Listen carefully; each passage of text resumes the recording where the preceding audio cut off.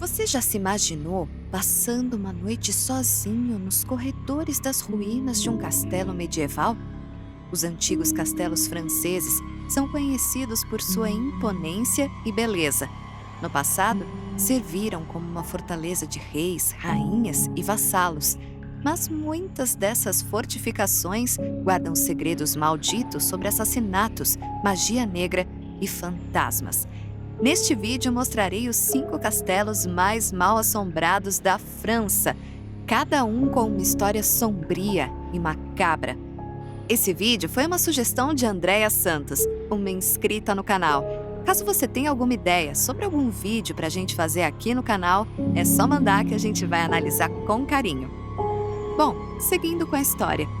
Alguns dizem que os fantasmas dos antigos membros da realeza, decapitados durante a Revolução, ainda vagam pelos corredores. Outros dizem que os gritos dos soldados mortos em batalha ainda ecoam nas paredes.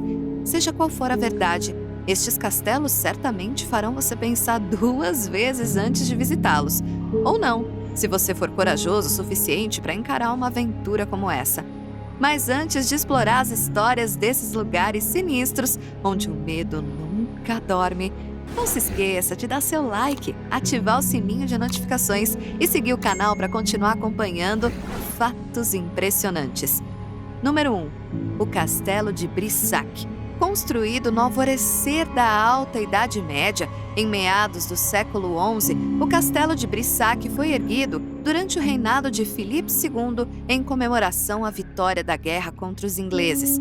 O castelo foi adquirido em 1435 e reconstruído em 1455 por Pierre de Brézé, um importante militar e cortesão francês devoto de Carlos VII. Com sua morte, ocorrida na famosa Batalha de Montlhéry, enquanto tentava salvar o rei, foi seu filho, o jovem Jacques de Brézé, que herdou e se estabeleceu no castelo com sua esposa Charlotte de Valois, filha ilegítima do próprio rei Carlos VII. Porém, Jacques era um homem diferente de seu pai, e apesar de herdar a sua fortuna, não herdou também a mesma coragem heróica em batalha. Apenas a sua fúria e violência de Pierre eram notáveis no jovem Jacques. Diz a lenda que, durante as madrugadas, ele vagava pelos corredores do castelo, escondido pela escuridão da noite, conversando sozinho com os seus próprios demônios.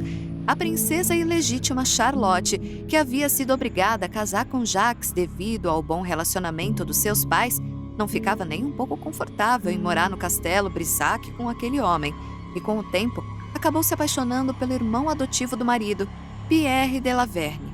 A paixão foi recíproca, mas o caso durou pouco, porque no 1º dia de junho de 1477, durante uma das tempestades mais fortes daquele ano, Jacques, depois de voltar mais cedo de uma caçada, surpreendeu a esposa e o irmão em um dos quartos do castelo enquanto os dois cometiam adultério. Em um ataque de loucura, empunhando sua espada, massacrou o jovem casal sem piedade, desferindo mais de 100 golpes contra os amantes.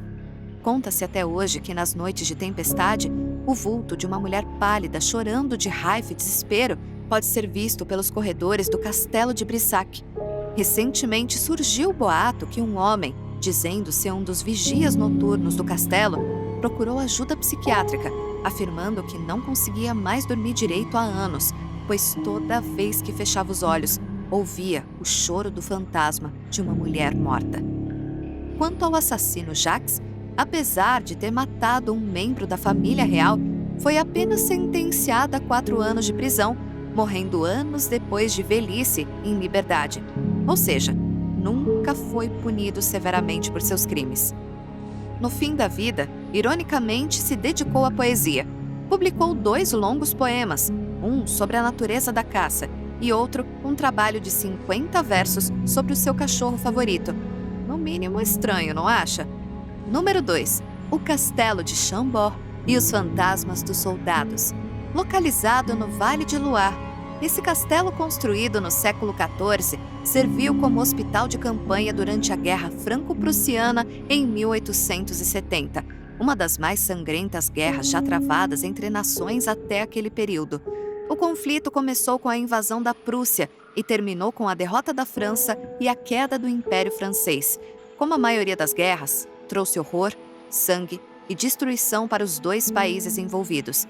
Muitos soldados eram apenas jovens, inexperientes, que nunca haviam estado em combate antes. Ou seja, civis comuns, forçados ou persuadidos a se alistar, enviados diretamente para o campo de batalha com pouco ou nenhum treinamento.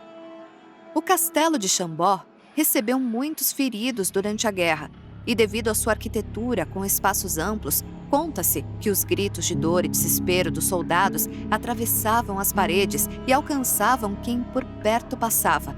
Além da conta que ainda hoje esses gritos podem ser escutados pelos ouvidos mais atentos e que em algumas noites, fantasmas de soldados que morreram no castelo vagam pelos campos de Loire procurando o caminho de volta para casa. Há pouco tempo, um turista alemão foi encontrado desacordado nas redondezas de Loire. Rapidamente surgiu o rumor, levando em conta que a Prússia se tornou a atual Alemanha, que o jovem havia sido atacado por uma das almas dos soldados franceses que vagavam ao redor do castelo, provavelmente confundindo o turista com um antigo inimigo. Número 3. Castelo de Puy-Martin e a Dama Branca. O Castelo de Puy-Martin é mais uma das fortificações seculares da França que existe desde 1270. Quem entra pelo pátio do castelo logo percebe que ele possui muitas relíquias curiosas, como tapeçarias e objetos de decoração que valem uma verdadeira fortuna. Mas logo depois, seguindo em direção à Torre Norte, o visitante se depara com um local onde há muitos séculos existe uma lenda sombria. Conta-se que Jean de Saint-Clar, o então senhor do castelo, ao voltar de uma batalha, encontrou a esposa Teresa nos braços de um camponês da região. Ao se deparar com essa cena, Saint-Clar matou o homem na mesma hora, porém decidiu que o mesmo destino não seria um castigo suficientemente cruel para a mulher. Embriagado de ciúmes e raiva, trancou Teresa na torre. A prisão total e irrevogável seria o seu castigo. Para isso, o barão instalou uma porta que era rigorosamente selada por fora, e nela só havia um alçapão, por onde os empregados, que eram proibidos de dirigir qualquer palavra à mulher, traziam-lhe comida uma vez por dia. Teresa dormia num colchão moribundo de palha, que ficava embaixo de uma das duas janelas, pelas quais mal conseguia ver o céu, devido às imensas grades de ferro instaladas para que ela não tentasse fugir ou até mesmo tirar a própria vida. Teresa permaneceu presa por 15 longos anos, até morrer. Dizem que seu corpo nunca chegou a sair do quarto, ficando por lá até se decompor e desaparecer para sempre. O fato é que depois de sua morte, coisas estranhas começaram a acontecer. O fantasma de Teresa começou a assombrar todas as noites do castelo. Seu vulto era visto subindo as escadas, entrando nos quartos e vagando pelas passarelas em volta do lugar. E por conta disso, ela ficou conhecida como a Dama de Branco, o fantasma de uma mulher que passou 15 anos aprisionada e que, depois de morta, passou a assombrar as noites do castelo de Puy-Martin. Hoje, esse castelo é amplamente conhecido por essa história, que com o decorrer dos anos, correu aos 4 cantos do mundo, atraindo muitos curiosos. Sendo assim, para os caçadores de emoção, um quarto de hóspedes foi montado em uma sala do castelo e é regularmente alugado por amantes do mundo paranormal. E você, toparia? Número 4. O Castelo de Vus. Em 1984, uma equipe de rádio francesa foi fazer uma reportagem sobre um suposto acontecimento sobrenatural no Castelo de Vus, nos arredores de um vilarejo no interior da França. O que eles queriam investigar era a veracidade da antiga história do fantasma de uma criada chamada Lucie, que, segundo as lendas locais, aparecia na torre medieval à meia-noite. No ano de 1560, o barão de Vus, Guy de Delon, se apaixonou por uma de suas criadas, chamada Lucie. O barão anotou assim que foi comprar o castelo do dono anterior e pediu, como exigência, que ela continuasse trabalhando lá. Lucy era jovem e bela, e não demorou muito para atrair a inveja não apenas dos outros criados, como da própria esposa do barão. Aproveitando uma ocasião em que o barão teve que partir para a guerra, a sua esposa tramou uma armadilha contra a inocente Lucy e, subornando alguns criados, atraiu Lucy para a torre mais alta do castelo e degolou sua garganta com um punhal. Outra versão diz que, a exemplo da última história, a mulher aprisionou Lucy na torre e a humilhou, a fazendo passar fome, frio e dor, até que em uma noite de lua cheia, a pobre criada morreu. Mas o certo é que, independente da versão correta, diversos relatos de avistamentos do fantasma de Lucy surgindo à meia-noite aconteceram desde então, sendo que os primeiros datam do século XVII. Aldeões antigos contaram histórias de aparições brilhantes movendo-se incansavelmente no parapeito da antiga torre da prisão em que ela morreu, mesmo quando o castelo deveria estar vazio. Seria alguma brincadeira? Ou realmente o fantasma da antiga criada do barão surgia nessas aparições? A equipe de rádio francesa foi ao vilarejo justamente investigar essa história sobrenatural que já durava séculos, e em uma noite de verão, posicionou vários microfones ao redor do castelo para captarem qualquer possível som e também apontaram muitas câmeras em direção à Torre de Vulce. Um médium conhecido também foi contratado para avaliar o caso. Com tudo pronto, só restava a equipe esperar. Foi então que algo aconteceu. Uma forma pálida e esguia aparece na janela, do tamanho de uma coruja. A figura pisca, recua, move-se sem padrão aparente. Tudo isso dura menos de 25 minutos. O microfone grava um som estridente e para de funcionar. Algumas câmeras de vídeo não mostram nada, mas algumas fotos mostram uma pequena sombra. Seria o fantasma de Lucy? A resposta é inconclusiva. Número 5. O Castelo de Versalhes. Sim, o castelo mais conhecido da França também possui histórias de assombração. Conta-se que Versalhes é assombrado pelos fantasmas de Luís XVI e Maria Antonieta, que foram decapitados durante a Revolução Francesa. Essa teoria surgiu com o livro En Aventure, publicado por duas amigas inglesas que afirmaram terem vivido uma verdadeira experiência paranormal em uma visita a Versalhes em 1901. Charlotte Anne Moberly e Eleanor Jourdain eram inglesas, colegas de trabalho na Universidade de Oxford, na Inglaterra, e resolveram juntas fazer uma viagem de férias para a França e conhecer as suas principais atrações. A viagem aconteceu sem maiores notas dignas de detalhes, até a visita ao Palácio de Versalhes. O verão estava chegando ao fim, e as duas amigas tiveram a sua primeira grande surpresa ao chegarem em Versalhes. O lugar estava muito vazio em comparação ao que normalmente era. Isso não era algo normal para aquela época do ano, que é a preferida da maior parte dos turistas para visitar o local. Seria esse um primeiro sinal? Ao caminharem nas imediações do Petit Trianon, o palacete favorito de Maria Antonieta, acabaram por ver a primeira aparição.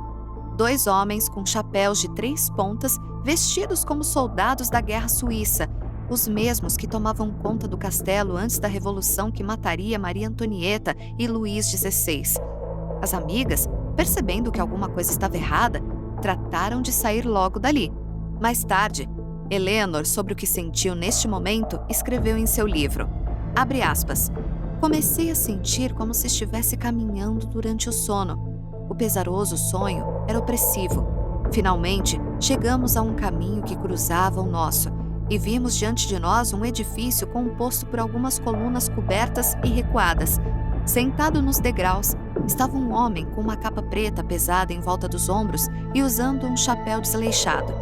Naquele momento, a sensação estranha que começara no jardim culminou em uma impressão definitiva de algo estranho e inspirador de medo. O homem lentamente virou o rosto, marcado por varíola. Sua pele era muito escura.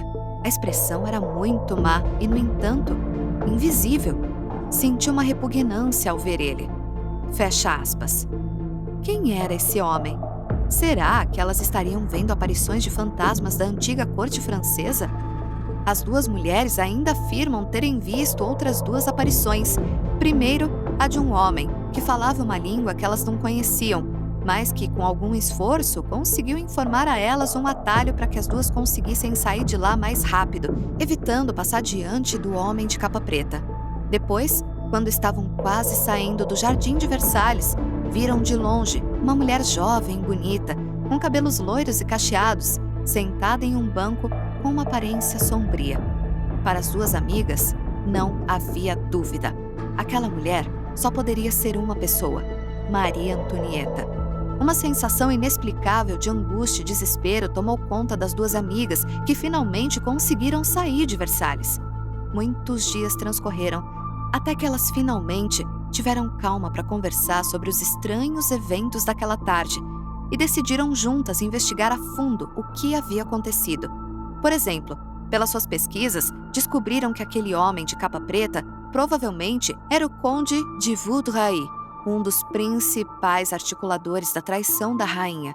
O resultado dessa pesquisa é o livro Une Aventure, em português, Uma Aventura, que foi um sucesso imediato assim que foi lançado, vendendo mais de 11.000 cópias. Mas, e aí? Você conhecia alguma dessas histórias? Aceitaria passar uma noite em um castelo desses? Conta pra gente nos comentários. E se você gostou, não se esqueça de seguir o canal, curtir o vídeo e ativar as notificações. Por hora, ficamos por aqui. Até breve!